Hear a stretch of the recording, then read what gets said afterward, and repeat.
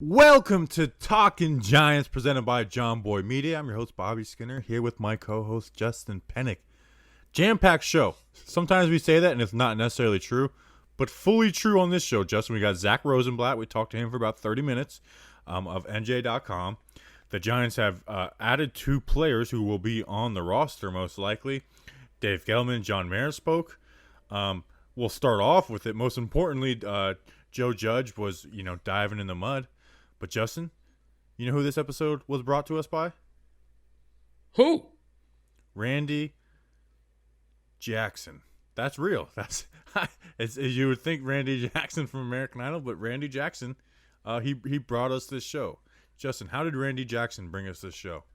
It's going to be a no from me, dog. Maybe it actually is the real Randy Jackson. That is true.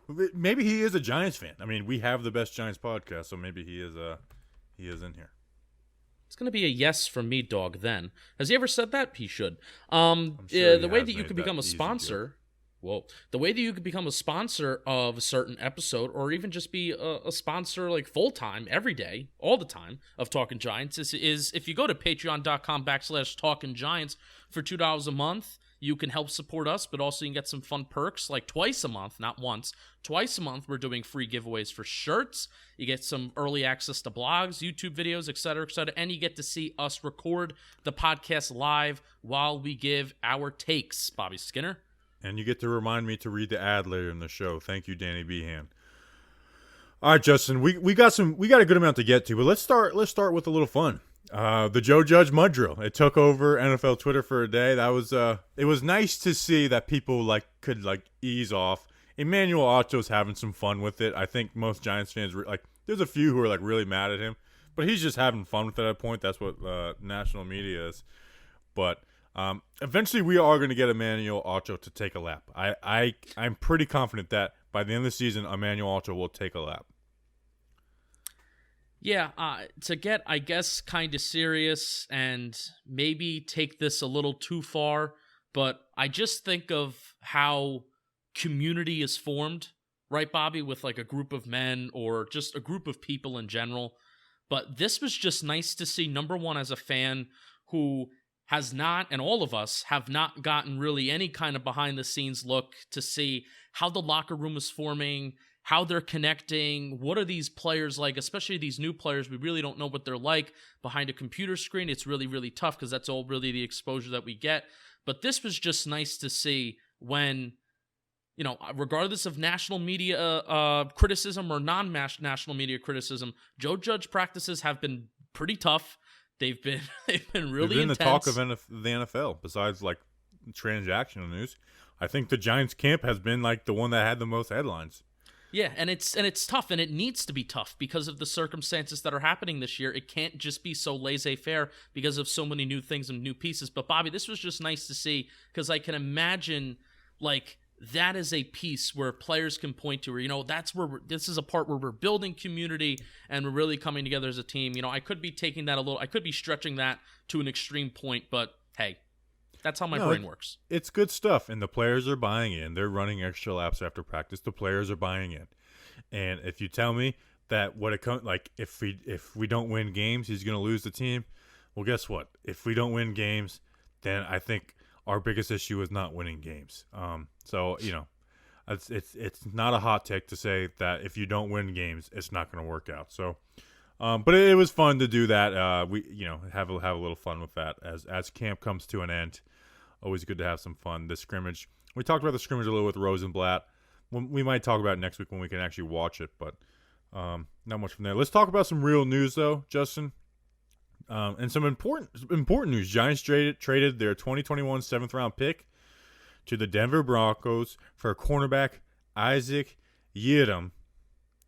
Justin, some quick information. He was a 3rd-round pick in 2018, the 99th overall pick, the same pick that Matthew Parrott was used.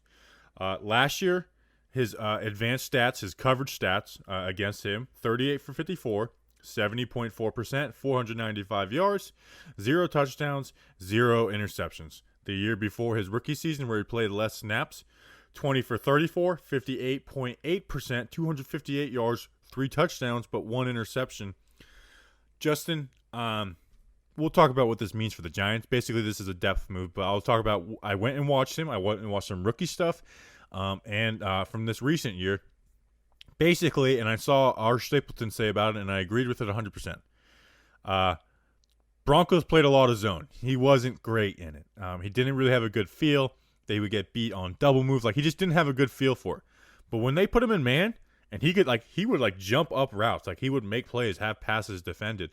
So we think Patrick Graham is going to play that style, even though on Bradbury's side, you think you would hope for a little more zone, but maybe we'll do some kind of hybrid stuff.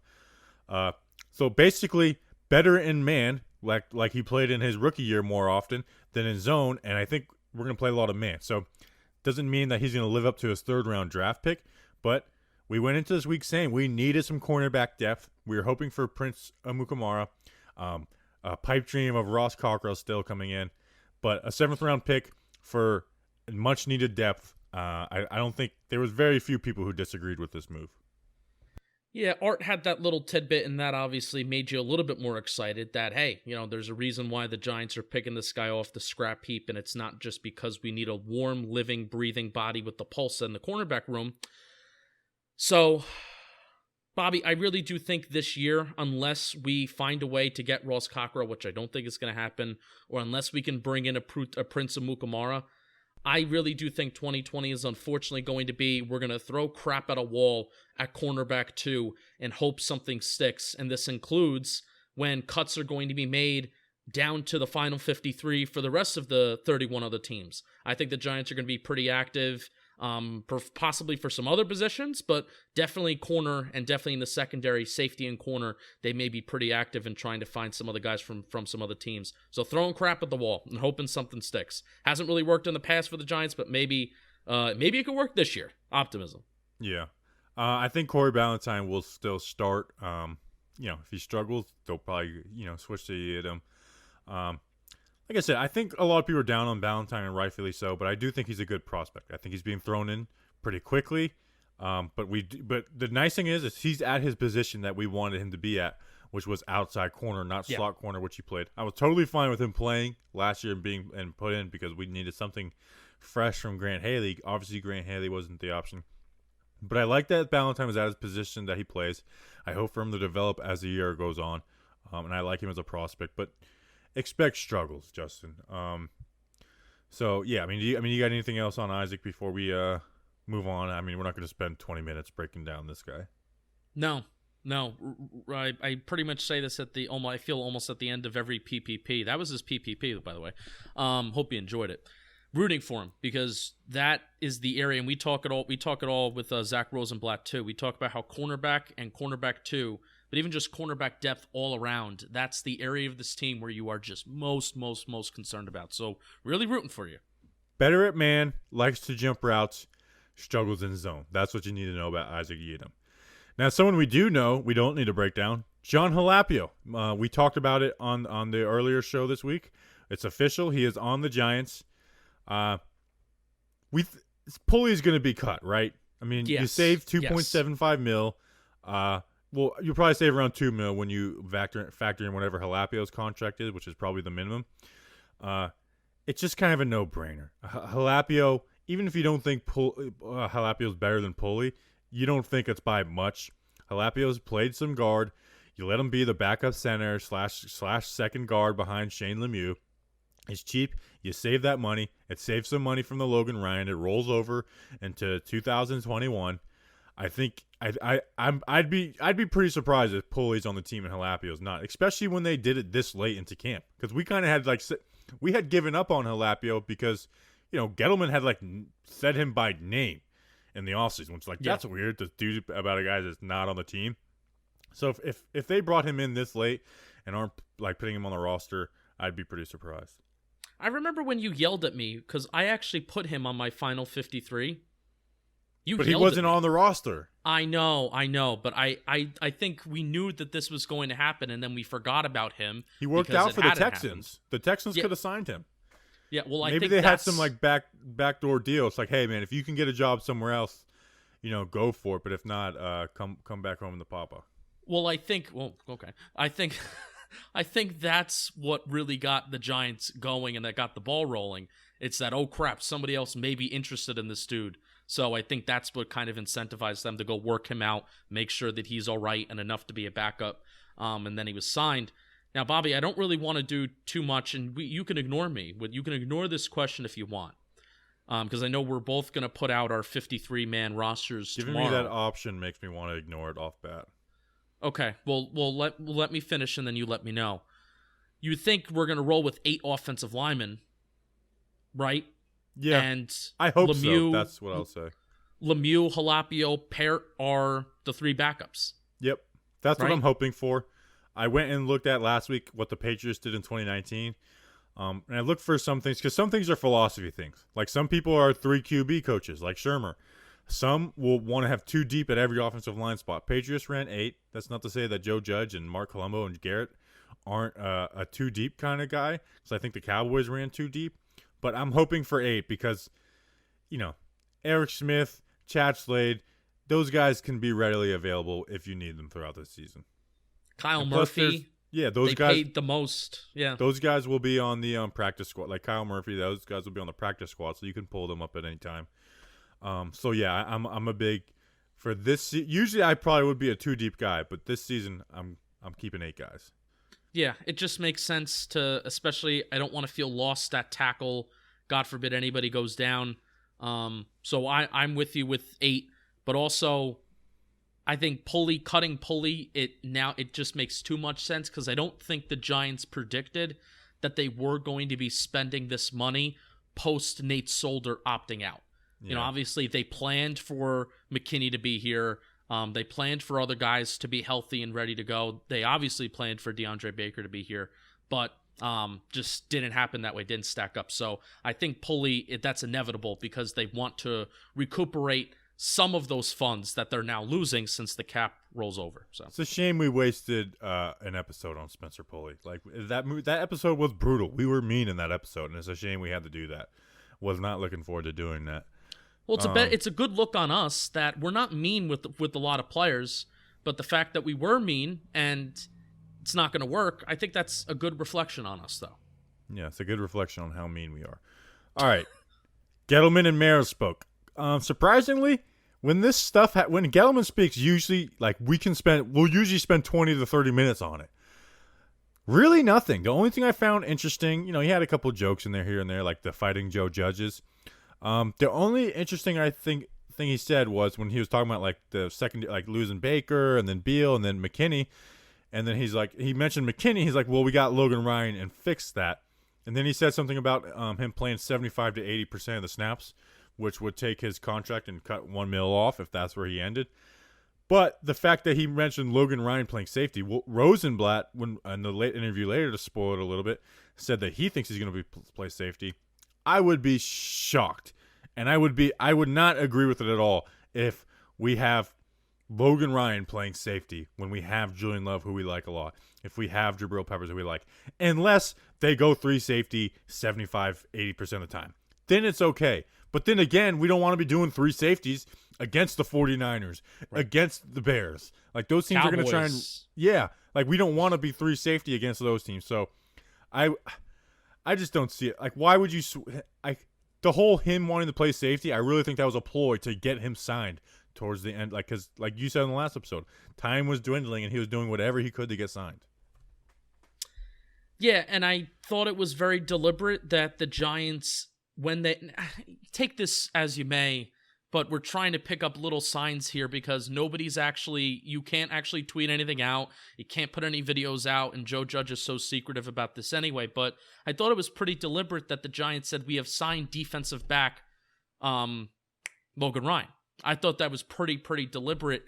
Now, Bobby... That being said, Julian Love is still labeled as a corner on the roster. So yeah, I mean, I guess defensive back, cornerback, safety, they're all in the DB room anyway, so... I don't know. I thought I tried to find something there, and I guess I kind of slipped and fell on that. I was just hoping he'd be in the scrimmage so we could just be like, where'd he line up? That was what I wanted Rosenblatt for the most, was like, where'd he line up? So we just had to settle with some good fun. But anyways, yeah. I think he might split between slot and safety, if he's playing 75 to 80% of the snaps, because even just looking at, like, Michael Thomas was our number 3 safety last year, right? You know, I have a very hard time visualizing in my brain how somebody is going to get 75 to 80% of the defensive snaps, but also be a number 3 safety.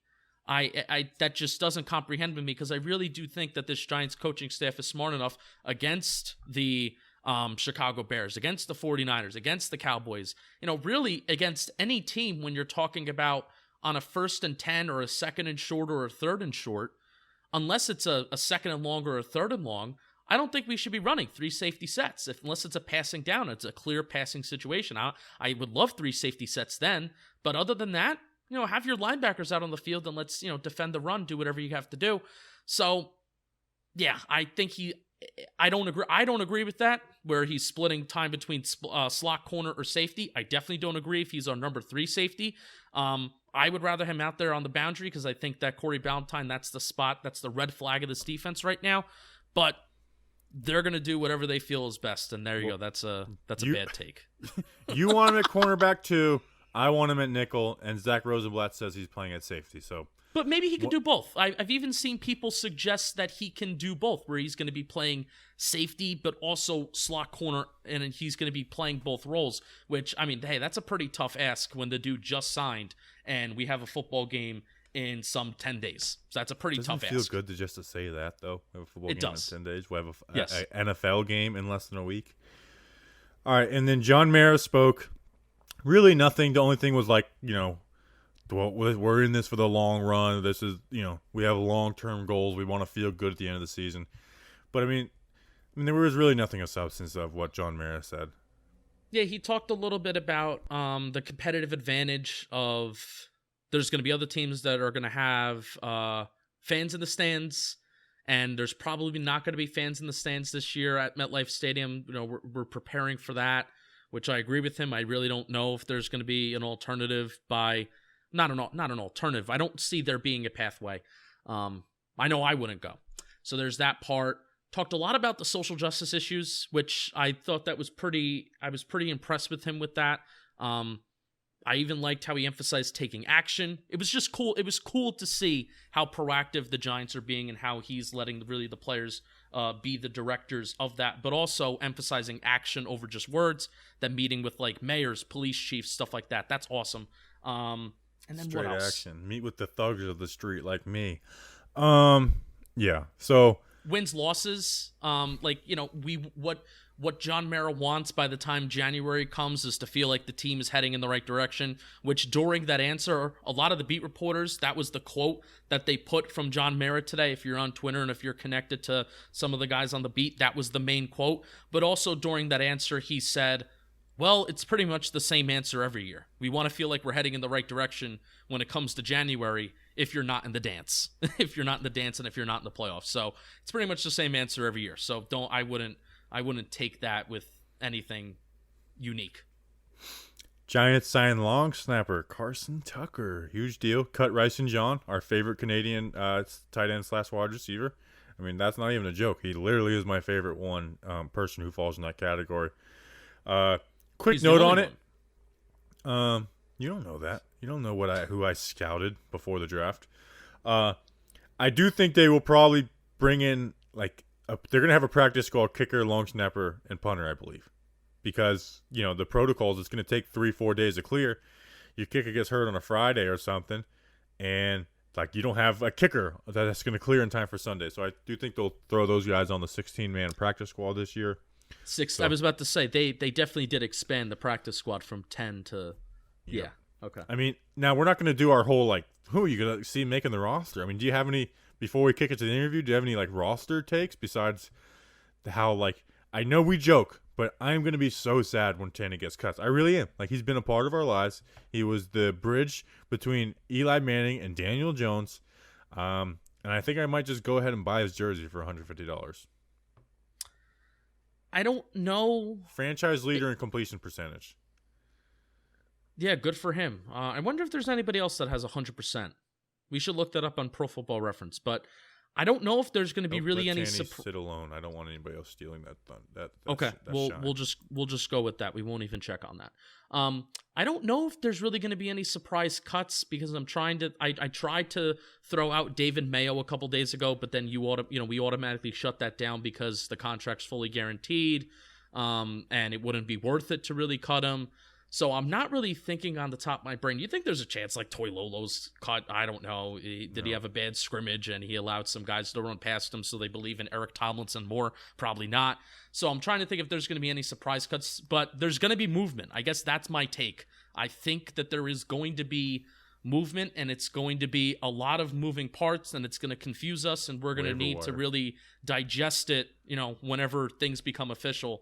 There's probably going to be movement throughout the entire weekend as guys are clearing waivers, doing this, doing that. So that's my main take is hit that waiver wire heavy. Hit that waiver wire heavy. Grant Haley, cut or not cut? Grant Haley, cut. He's going to get cut. Me too. Alex Bachman, cut or not cut? Cut. Keep Sills. I'm going not cut, but also keeping Sills. Let me see. Let me think of one. I could change my mind. Austin Johnson, cut or not cut? Who? Austin Johnson, the defensive tackle we got from the Titans. Oh.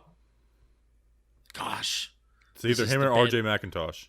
This is the. Here, I'll go RJ McIntosh, cut or not cut? I would like to keep RJ McIntosh. All right, me too. I actually would be as much as we don't want to get too upset about the last guys on the roster, I would be upset if we lost RJ McIntosh. TJ Brunson, cut or not cut? Cut. All right. Cam Brown, cut or not cut? Not Carter cut. Coughlin and Cam Brown would be the 5th and 6th outside linebackers. So cut or not cut? I think they believe in Cam Brown. I think they're going to try to keep him. I'm going to say not cut, not because of how good he's been, but because they don't want to lose him to waivers. Carter Correct. Coughlin, cut or not cut? I think you got to keep. Same, for the exact same reason. Not that those guys are needed, but I'm assuming both of them could play special teams. All right, so that was a fun edition of Cut or Not Cut. We'll talk about the 53-man roster to start the week next week. 2 episodes next week. How about that? Get used to it, people, and then don't get used to it because then we'll be switching back to 3 the following week. We're taking a break next week. No, we're not. We're just going to our normal, PPPs or camp ends, PPPs in, all on the same day. I love it. It's called timing, people. Learn how to plan in your life. All right. This may be the last episode where Alex Tanny's a Giant. Oh. Really upset. You want to know where you should go bet on Alex Tanny not being a Giant? I don't think you can bet on this, by the way. No, you should bet on the Nets, by the way. Steve Nash. Suck it. Oh, you said you wanted to talk. You said you wanted to talk about the Nets. I love it. I love that hiring. I was a D'Antoni guy, and I know people go, what about the defense? The defense. It's like nobody plays defense in the NBA. Like, you don't need your coach to play defense. Defense is about how good you are at one-on-one defense. You can hire other assistant coaches to coach defense, which is funny that Knicks fans would throw that out. They hired Tom Thibodeau, who doesn't know how to coach offense and runs his players in the ground. Please spare me about a coach who coaches one side of the ball. Offense is more important than defense in the NBA. But anyways, Steve Nash, I feel like that's best case scenario. You get a guy who has an unbelievable basketball mind. You get a guy who gets how to get along with teammates. Obviously, KD and Kyrie approved that. I love it. I mean, he's an unbelievable basketball mind. Listen to interviews of him in the past couple of years. I've listened to him with Bill Simmons. The guy understands basketball. And he looks back at that 7 seconds or less Suns offense, and he says, I should have shot more. So he understands how the game has changed. He's studied the game. He's not someone who's just stuck in my day, we innovated this offense and blah, blah, blah, and they fouled more. And if you spare me he doesn't have experience. Steve Kerr didn't have any experience. They won 3 championships. The last 3 NBA champions have been the Warriors, the Cavs, and the Raptors. All 3 of them won their first title with a rookie head coach. Steve Nash, I feel like, is the perfect the perfect fit for the Brooklyn Nets / New Jersey Nets. Never forget. So I'm in love with the Steve Nash signing as head coach. I didn't realize he was available, but if I knew he was available, he would have been number 1 on my list. All right, Justin, with football right around the corner, there is no better place to get in on all of the action than with DraftKings Sportsbook, America's top-rated sportsbook app. To celebrate the return of football, DraftKings is giving all users a no-brainer to start the season. Listen up, because you don't want to miss this. Have you ever heard of a football team losing by 100 points? Well, for Week 1, DraftKings is ensuring that even if Kansas City were to lose in a historic fashion, you would still cash your bet. That's right. DraftKings Sportsbook has moved the spread to Kansas City plus 101 points for all users.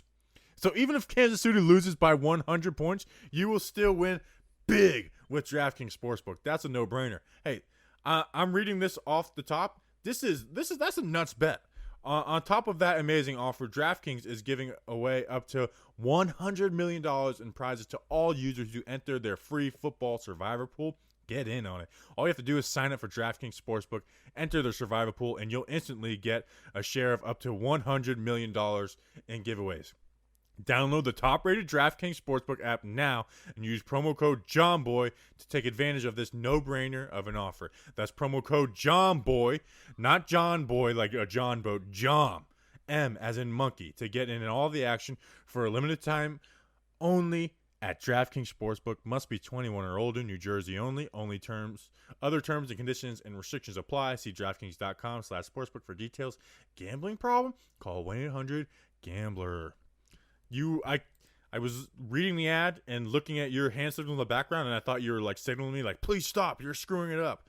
But you know who didn't screw it up? Zack Rosenblatt. Some good tidbits. Anything before we kick it to Zach, Justin? Zack Rosenblatt, officially, I think we can call him a friend of the program. Oh, yeah, he's a friend of the program. So enjoy the interview. Give some really good tidbits. Great job getting through camp, everybody. We did it. We did it. All right, Zack Rosenblatt. All right, we now welcome on to the program. Last interview of training camp. Last but not least of NJ.com. Second time on the show, Zack Rosenblatt. What's going on, Zach? What's up, guys? Great to see you. Good. Glad to get you back on. We're closing out camp. You're at the scrimmage. So there's a lot of stuff to get to. I want to start out with this.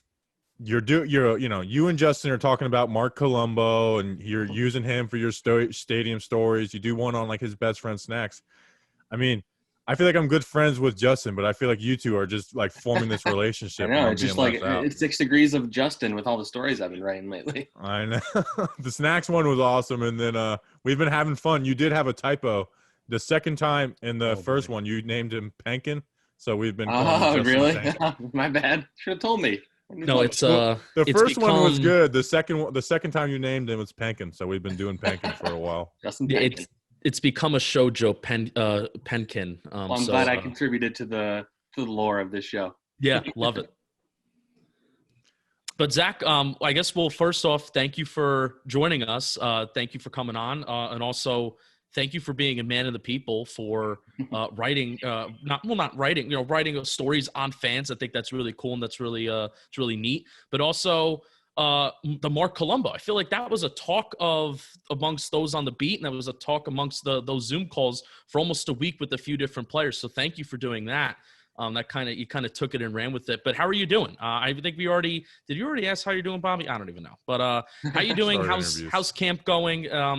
And you just wrapped up the scrimmage, so maybe even tell us about the scrimmage today a little bit, some overall impressions. Yeah, I mean, I'm doing all right. I mean, as well as anybody can do right now. It's still everything's still crazy. I still don't even like entirely know what the coverage is going to look like during the season, like in terms of when we'll be there. Will I be going to the road games? Will anyone be going to the road games? And what game day coverage will look like? But we're just trying to make do with what we have, and you got to get creative writing stories, which I like doing stories about fans when I can, like you talked about, because especially when it's like a unique, like I mainly wanted to talk to Snacks because of his tattoo, and then he started telling me about how he had cancer and all that. So you find out he's just nuts. Yeah, exactly. Yeah. So like I like doing stories off the beaten path, and like Mark Colombo, and working on something about him. I haven't been able to get to that yet, but like just stuff like that is what you kind of have to get creative in a time like this and find like interest stories outside of the locker room and outside of the building and all that stuff, since we're not talking to these guys one-on-one. But so that part of it's like it's been a challenge, but it's been making me work harder, I guess. And the scrimmage today I wasn't at last week's scrimmage, but my impression was this one was a lot less intense than that one, and this one was a little like there was still some stuff to take away, but there's not as much like overarching, like nobody had a Wayne Gallman type day where everybody was talking about him after the game kind of thing. But Evan Ingram looks really good. Darnay Holmes, I think it's just continued to impress me. Alex Bachman, he had a drop, but other than that, he's been like one of those like training camp guys who I'm not sure he's going to make the team, but he's definitely like got himself a job on the practice squad, I think. And and that's one of the main things I miss from training camp is guys like that getting to tell their stories and watching them in training camp and seeing them become superstars in the fan base's eyes, and like them getting too hyped about a guy who probably is never going to actually play for them, kind of thing. Yeah, Alonzo Russell last year after he caught a game winner to make us undefeated. So someone I was hoping we'd get to see some action before we got you on, but we haven't yet. Logan Ryan, the Giants obviously signed him. Gettleman made a comment that, it was like, well, we fixed the McKinney injury with Logan Ryan. I've been a strong believer of like, hey, he's a slot corner. He's been extremely impactful from that position. So they might like, I wouldn't force him, put him in a different position to force Holmes on the field. But it seems like Holmes has had a really impressive camp.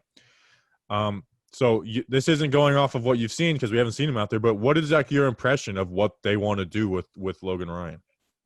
My impression, and Joe Judge will never give a straight answer about what position almost anybody is playing, but I think he's coming here with the idea that he's going to be a safety. I don't know if that necessarily means like he's going to be only a safety. I think they're going to try and use him in the way that they wanted to use Xavier McKinney.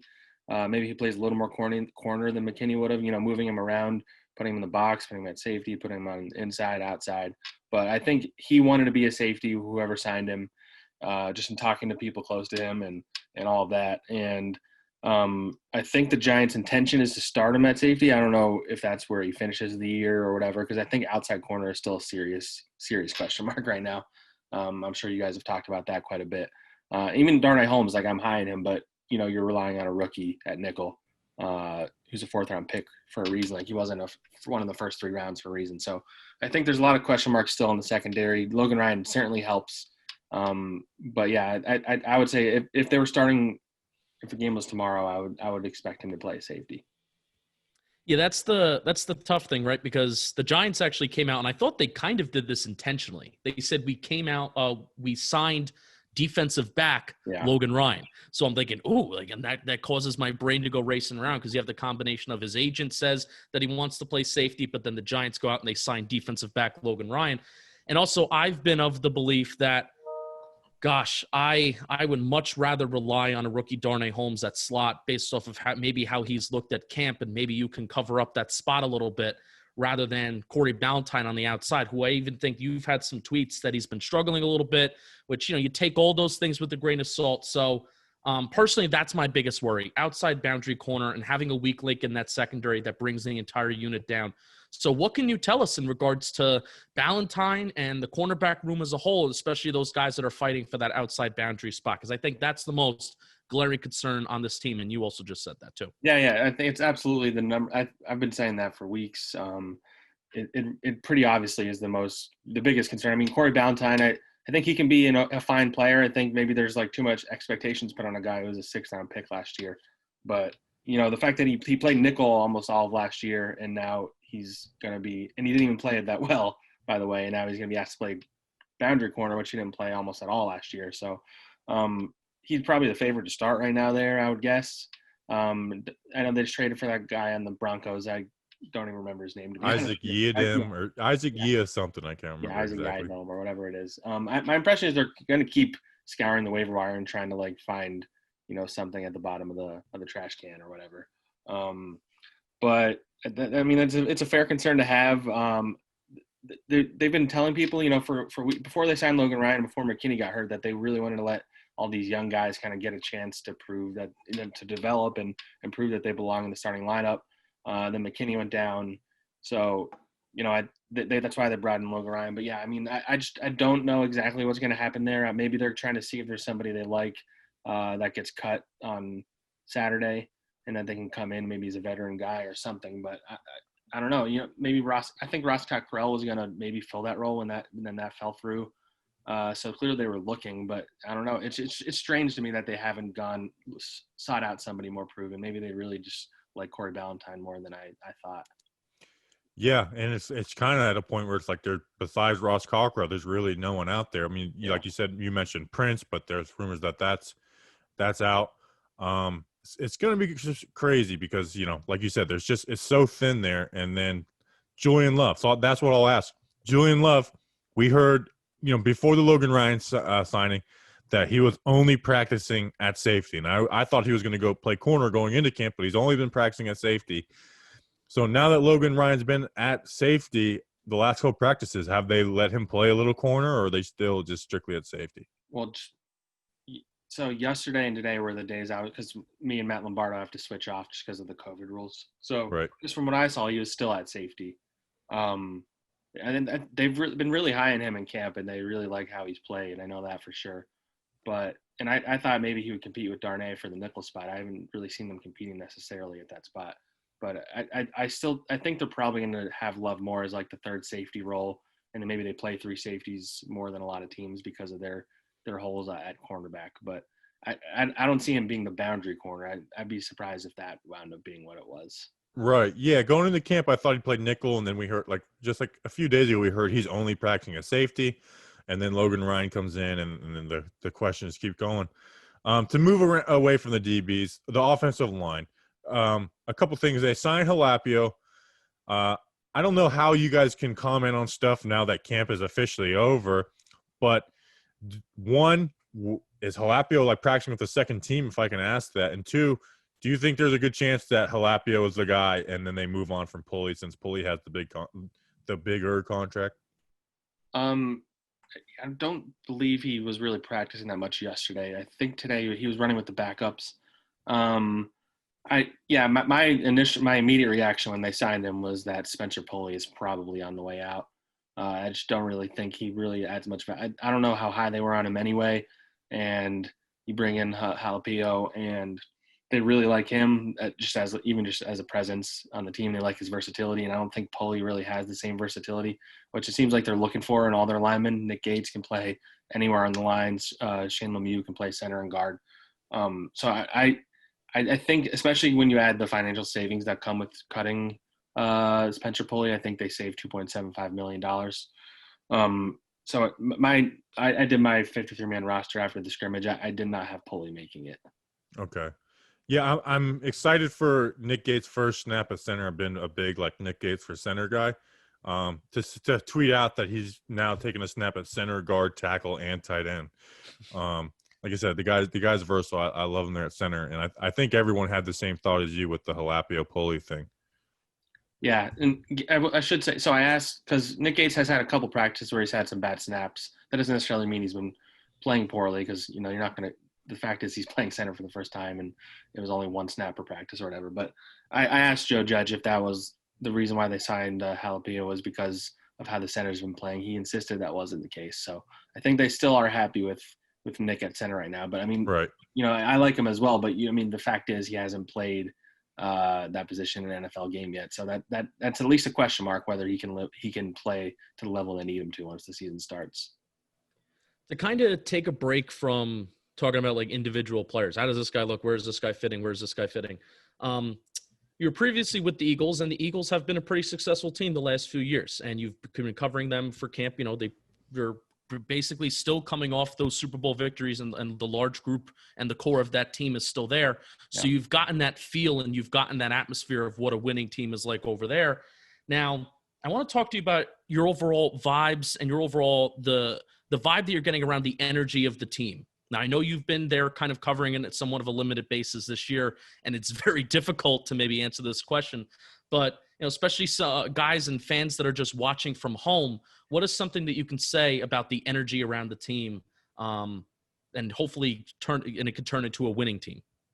One thing that stands out, it's pretty obvious that Joe Judge has really made an impact on these guys in terms of getting them to stay on message. And it just seemed like really workmanlike is how I describe training camp. Everybody knows where they're supposed to go. That everything moves really fast in practice. Everybody is, saying the right things in the interviews. Nobody's straying from the message. There are people that might want to criticize that, and maybe there's validity to that. But I think you just being workmanlike, it's almost an underrated thing because, you guys have been following the Giants for a long time, and they've definitely been dysfunctional in recent years. And I didn't cover a Pat Shurmur practice. I can't imagine it was as well structured as Joe's are. So I think that's the biggest thing. Like they know what their goals are and they know what there is expected of them. And that it's a very basic thing, but maybe that was something that was missing the last couple of years. So I think, I don't think these players are going to be confused about what the offense looks like, what the defense looks like, where they have to be. And for a young team, I think that's a good starting point at the very least. Yeah, so with that, obviously, there's always excitement with newness, and Joe Judge is new, and he's been kind of polarizing even in the national media. Everyone's kind of got an opinion whether they love it or hate it. With that, the Giants have a tough schedule. I think expectations are low and high at the same time because you do have, Jones in second year. You have a lot of guys on offense that, like the offense score points, but the defense has struggles. With Gettleman in year 3, and, Marin flat out said at the end of the season is that he needs to raise his batting average. You've talked with both of them. Do you think he's on the hot seat? I tend to think yes, as much as they might say like long-term stuff now. I mean, what's the vibe you get from that? I think yes is the absolutely right answer, but the complicated part of it is just the nature of this season. Like it's not gonna be. I don't think it's necessarily gonna come down to what his record is. I think it's gonna come down to what the Giants look like if they're competitive or if they're playing well at the end of the season or something like that. Because this COVID situation, and John Mara talked about that today. Like they were robbed of an offseason. They have a new coach, a quarterback in his second year, a new center, a new left tackle. Their leaders on defense are like Blake Martinez is this team's leader, and he's new and he's been banged up. So there's just so much working against them to the point where the expectations are going to be low, even if they were a talented team. There's just so much stacked against them right now. So if they can even just get to a point where they're even just improving in some way from last year, that might be all that John Mara is looking for with Dave Gettleman, and maybe that he doesn't go and trade a couple of draft picks for a guy who's becoming a free agent next offseason. As long as he doesn't, I think he had a relatively by the numbers offseason, if you think about it. He didn't do anything outlandish. I think they filled a lot of their needs. They didn't fill all of them. They're trying to stick with some young guys. They didn't, reach for guys. They waited for Logan Ryan, which worked out. I know they were interested in him early on. He was asking for too much money. They waited it out. And then by the time they needed him, he was cheaper. So I think Dave had a really good offseason, especially relative to the last two. And I think that's probably building up some positive vibes in the building. I think Joe Judge had a lot to do with that. I think he had a lot of influence. But yeah, it's going to be interesting. I don't know if there's a win total. If they go 4-12 again, I'd say he's gone.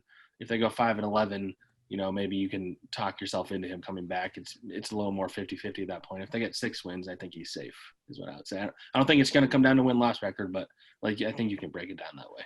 Yeah, I remember going into last year with Shermer. It's rookie QB, rebuilding, and it's as long as you can make Jones look good and stuff, but at the end of the day, with Shermer, I think 9 straight losses is 9 straight losses. Yeah, that's the thing. It's how they get to that record. Yeah. Are they 5-11 and they lost the last 6 in a row, or are they 5-11 and they won 3 out of 5 to end the season? I think that the context is going to be important this year. Yeah, Zach, one of the questions that you were asking me, or I think you were trying to get me to a point when we were talking about the regular season ticket article rewriting and not being able to go. And you were talking about, what do you want to see out of the football team? And I think you were trying to get me to drop some I want this team to win or it's unacceptable. I won't give them my money. I think you wanted that a little bit, but I didn't give it to you. No, it's okay. But overall, my whole thing, and especially I really think of this as a regular season ticket holder, give me a reason to watch in November and December. And I'm trying in my brain to think of scenarios where I would want to watch this team in November and December if we are technically maybe mathematically eliminated. And it's tough because so much of sports is predicated on winning, right? But, really that's where I'm at. Give me a reason to want to put on a Giants game at 1:00 or pack my car up at 8:00 in the morning and head out to, Route 3 on the Garden State Parkway and stuff like that, and be at the stadium, try to be at the stadium by 10:00. Give me a reason to want to do that. And that's really where I'm at. I think the Eagles rebuild it went way faster than they had planned, I think, because they won the Super Bowl in year 2 of it, obviously, but I don't think that was the schedule. But so that first year, I think a positive season would be what the Eagles' first year with Doug Peterson was when they went 7-9, I believe. They were competitive. Carson Wentz showed a lot of potential. Everybody got really excited. I know it was his rookie year, but I think you can look at that as like the goal. Daniel Jones. I think that we're going to really find out. If he doesn't improve on the things he wasn't good at last year, then there's reason to be worried about the future. But I like Daniel Jones quite a bit and his potential. He's at an inconsistent camp, but it's just like practice against your teammates, and I try not to put too much stock in that stuff. So because even just going back to the Eagles, Nick Foles was always a very bad practice player, even dating back to college. So I just think, That's true. If they can just be in that year one of the rebuild where, like you said, by the end of the year, you're happy to watch them as opposed to depressed. I think that's the first step. And the next step is you start competing for the playoffs. And then the next step after that is you start becoming a contender. And they need it. It's like they're not going to be a contender this year. I think everybody understands that. But you want to, if you do the right things now, maybe in year 3 you can be a contender. So Justin mentioned sports being predicated on winning. Who are you trading, Embiid or Simmons? Because you guys got to blow it up, right? Not for trading either of them. People are crazy. I know. Well, who's your coach? Because I'm a Nets fan. Well, it sounds we got like Steve Nash today, sounds like they and might I was hire thrilled. Tyronn Lue. Sounds like they might hire Tyronn Lue, but I'm not. Are you scared it's going to be Mark Jackson, or are the Sixers going to stay away from him? I think they're going to stay away from Mark Jackson. Steve Nash, honestly, I think is going to be a great coach. I would have been happy if the Sixers hired him, but I didn't know he was available, yeah. but I love that. I went into a whole Nets mode today. I'll probably hit on it in the beginning of this show just because I need an outlet to just give out some. I need to give out some Nets takes, but it felt good because I wanted because I think D'Antoni's going to get fired. I wanted D'Antoni once he got fired, and they're like, perfect. The guy that he was under, or the guy was under him, Steve Nash. Anyways, we're doing too much Nets talk. I had to get a jab in there on the Sixers. I can't. I think Embiid's the guy, but I can't stand. Well, the Sixers are an absolute mess, and there's like nowhere to go for them. So it's really. And Embiid's tweeting that he's unhappy. I get he's making fun of the commercial. The Sixers are the most like dysfunctional organization, and they're like the most uniquely dysfunctional organization. If you just look at all the weird things that have happened to them, and it's like almost hard to be. I was just like so depressed by the time the playoffs started, and I was just like, I don't even care about watching this, because they're not going anywhere. Yeah, it'll be interesting to see how the East plays out next year. So back to the Giants, though. I had to get some NBA talk in. Linebacker, that is obviously Blake Martinez is one. Yeah. But after that, we've heard so many different things, whether it's Devontae Downs, who showed up out of nowhere, Connolly, who, a lot of people like, but then we're like hearing he's a little lower on the depth chart. Tay Crowder, who I love Tay Crowder, but I didn't expect him to kind of make the moves that he's making this early. Mayo, obviously, with the meniscus trim, is going to be out to at least start the season. How is that linebacker crew shaken out after Blake Martinez? Yeah, I think linebacker is like the weirdest group on the roster. Like you just went through, and they also have T.J. Brunson, who they also drafted in the 7th round, and I still think it'll ultimately be Ryan Connolly starting next to Blake. I think he's looked pretty decent. He's been banged up for most of training camp again, which is disappointing. But I think he's looked pretty good the last couple of days. If he doesn't start week 1, I would guess Devontae Downs would. Downs is a much better player than I didn't really know much about him before I came on to the Giants, and he's looked pretty good, and he's pretty consistent. I think the coaches really like him, like he made himself a roster lock. Tay Crowder's missed the last couple of practices. I'm curious what happens with roster cutdowns, because they have a lot of even all the linebackers they drafted, I would say none of them are necessarily locks. Like Cam Brown, I haven't seen do anything all training camp. I haven't even heard anything about him. Nobody's talked about him. T.J. Brunson had like a good pass breakup today, and he had a big hit at the beginning of camp, but in between that, he didn't really do anything. Tay Crowder is interesting. He's really athletic, former running back.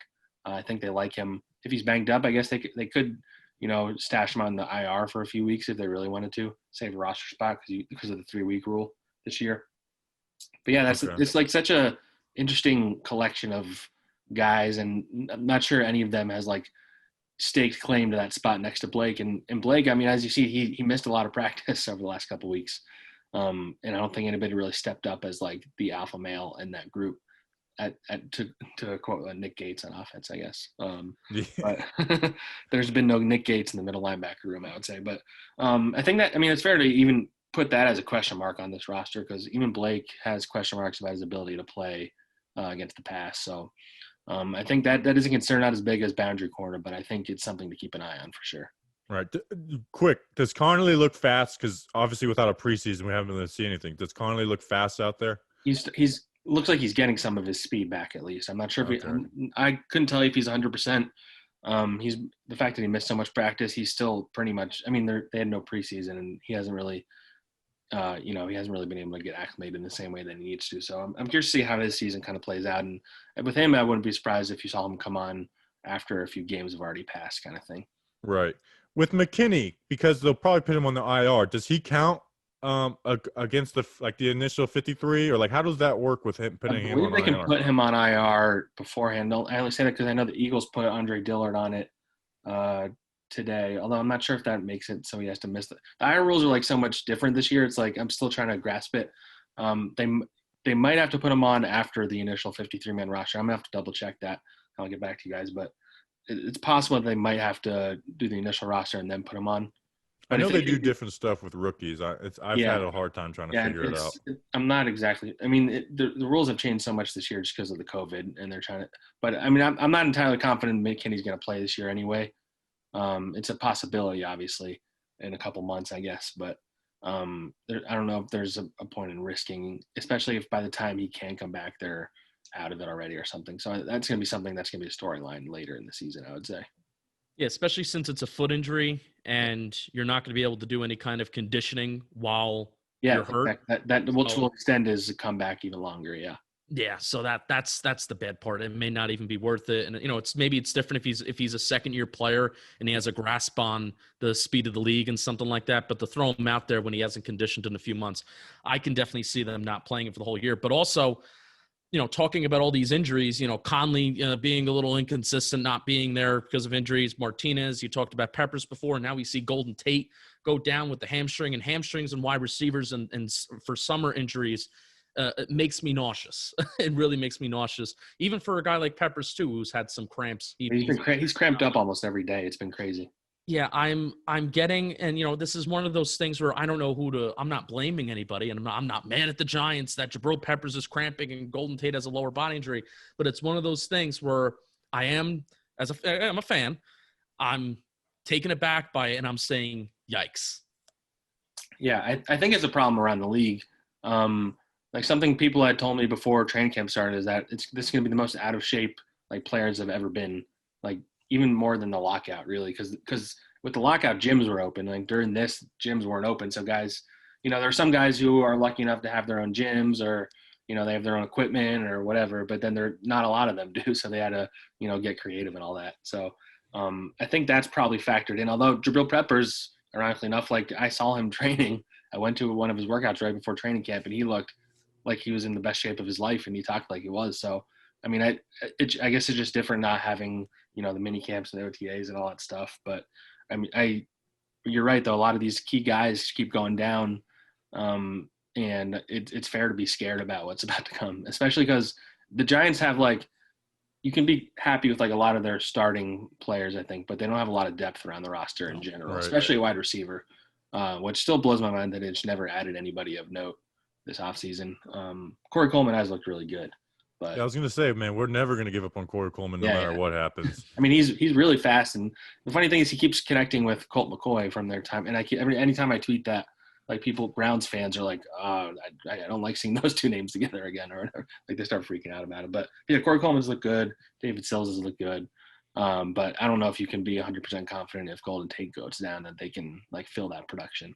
Right. I will say, I've seen, and this is just a personal bother as I follow training camp tweets, we no longer have, and even the Giants account does this too.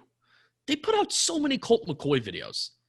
We no longer have a QB battle. I don't need to see and I get it. If you want to highlight, Colt McCoy threw the ball and you want to highlight Corey Coleman. People want to see Alex Tanney is what you're saying. No, no, but it's also going to be a sad day for us when he gets cut. That's not even a joke. It's truly going to be a sad day. The Giants account, they'll headline their tweets and their videos because they don't release a ton. They release a decent amount, but you don't get to see everything. Colt McCoy with the dot. I don't need to see that, Giants. Thank you. I don't really care. Yeah. Speaking of which, Did you watch the the TV version of the scrimmage afterwards last week? I did not have a chance to watch the TV version. Actually, Don't. I saw some of the clips of like Joe Judge and stuff like that though. Don't do it. They're taking secrecy to a whole new level where I saw like the angles were so like you couldn't even see who was lined up, right? And they would switch it mid play. It was brutal. And we were just like fiending for anything. Like we're preseason addicts. I did enjoy your video where you were reacting to tweets as if you were watching the game. That made me laugh. Yeah, I got a couple of good ones in there. I may have spliced some Bob Papa audio to make him say something that wasn't totally appropriate, but we're just trying to have a little fun.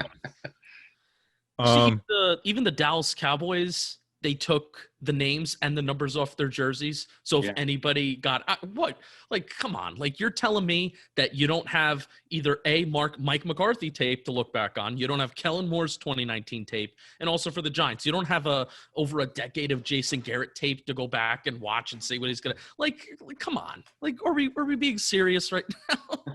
Like, oh look, they're running a post route, guard the post. The secrecy these days is insane. I covered college football before I started covering the Eagles, and college coaches are even worse about it. Like, because they don't have to do the injury report. Jim Harbaugh didn't release the team roster for until the start of the season one year, which is insane. He wouldn't even say who was on the team. Yeah, we had Dan Duggan on as soon as camp started, and we had to make up random questions to figure out who was playing where because of the new media rules. We got to laugh at a Giant insider. Like they clearly just didn't read it and just blew through it and just named they did everything that they told you guys not to do in that first week.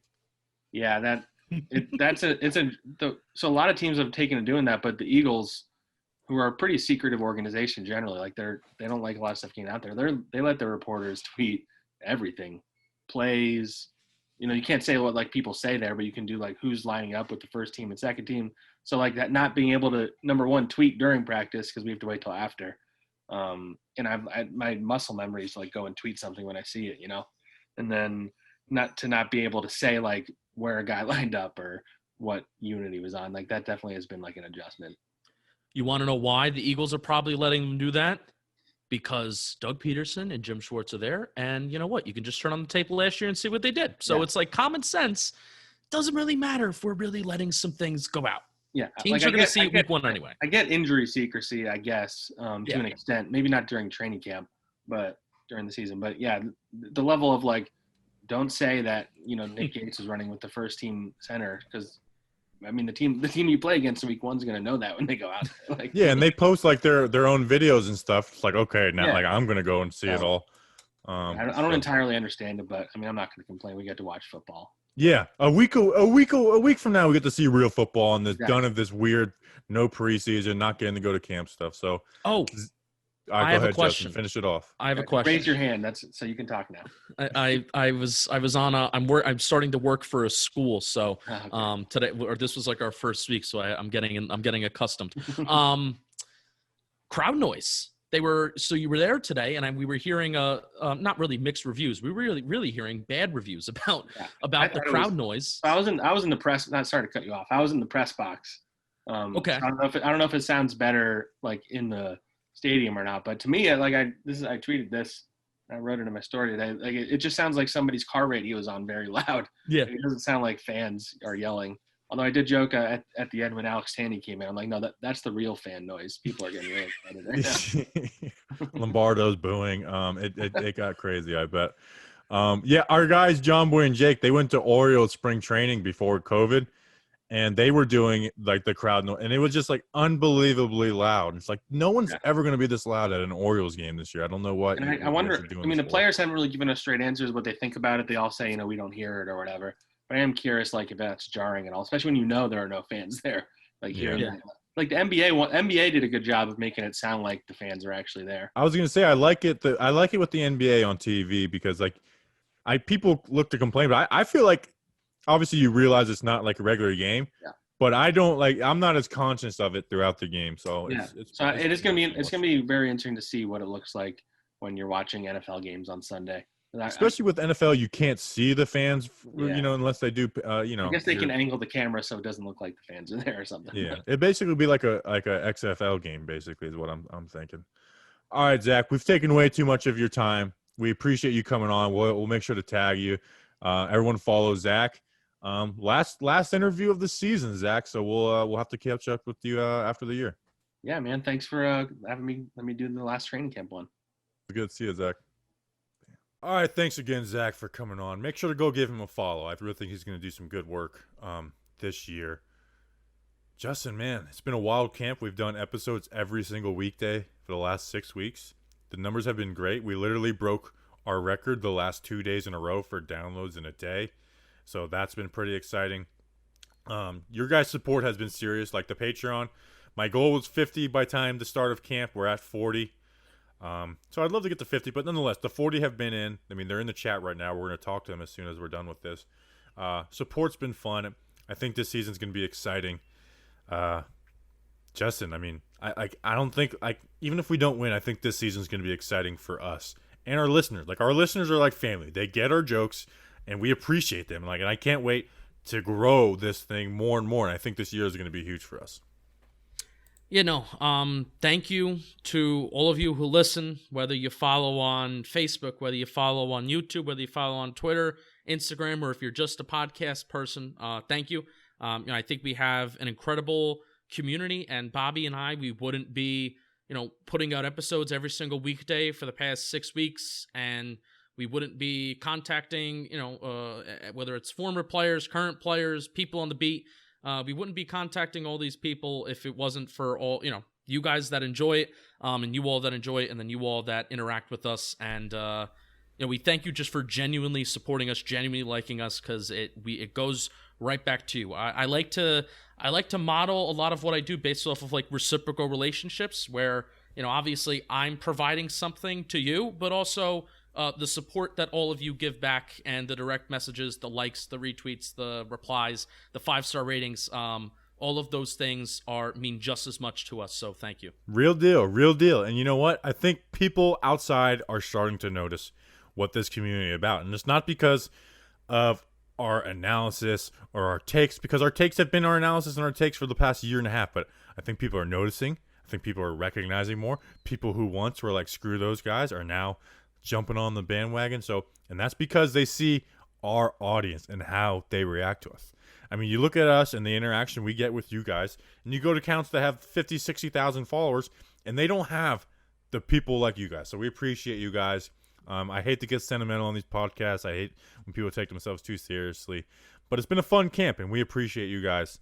And I'm about to read the chat for Patreon, because I know they're just eating this alive. #1 supporters. But I know they're like your close friend. So I'm gonna say it, Patreon chat. You suck. That's how I treat my my good friends. Justin, you suck. I suck. Danny King, you suck. We'll be back next week. 53-man roster, whatever other stuff hits. Enjoy the scrimmage. Have a good weekend. Let's go Big Blue.